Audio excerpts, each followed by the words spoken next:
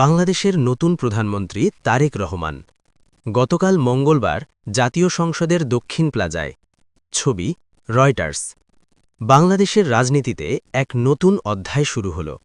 দেশের নতুন প্রধানমন্ত্রী হিসেবে যাত্রা শুরু করেছেন বিএনপির চেয়ারম্যান তারেক রহমান।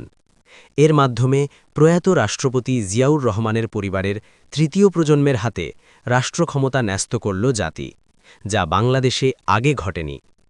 তারেক রহমানের নেতৃত্বে নবগঠিত ৫০ সদস্যের মন্ত্রিসভার হাত ধরে আগামীর বাংলাদেশের নতুন পথচলা শুরু হল। গতকাল মঙ্গলবার জাতীয় সংসদের দক্ষিণ প্লাজায় প্রধানমন্ত্রী হিসেবে শপথ নেন তারেক রহমান। এরপর মন্ত্রী প্রতিমন্ত্রীদের শপথের মাধ্যমে নতুন সরকারের যাত্রা শুরু হয়। তারেক রহমান দীর্ঘদিন রাজনীতিতে যুক্ত থাকলেও অতীতে সংসদ নির্বাচনে অংশ নেননি। এবার ঢাকায় ও পিতৃভূমি বগুড়ায় দুটি আসনে নির্বাচনে জয়ী হয়েছেন। ১৯৯১ সালের পর প্রথম কোনো পুরুষ প্রধানমন্ত্রী পেয়েছে দেশ। এর আগে বিএনপির প্রয়াত চেয়ারপারসন খালেদা জিয়া এবং আওয়ামী লীগের সভাপতি শেখ হাসিনা প্রায় ৩ যুগ দেশের প্রধানমন্ত্রীর দায়িত্ব পালন করেছেন।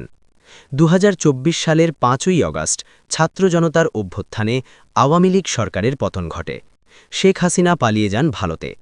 ১.৫ বছরের অন্তর্বর্তী সরকারের শাসনের পর তারেক রহমানের হাত ধরে শুরু হল নির্বাচিত সরকারের পথচলা।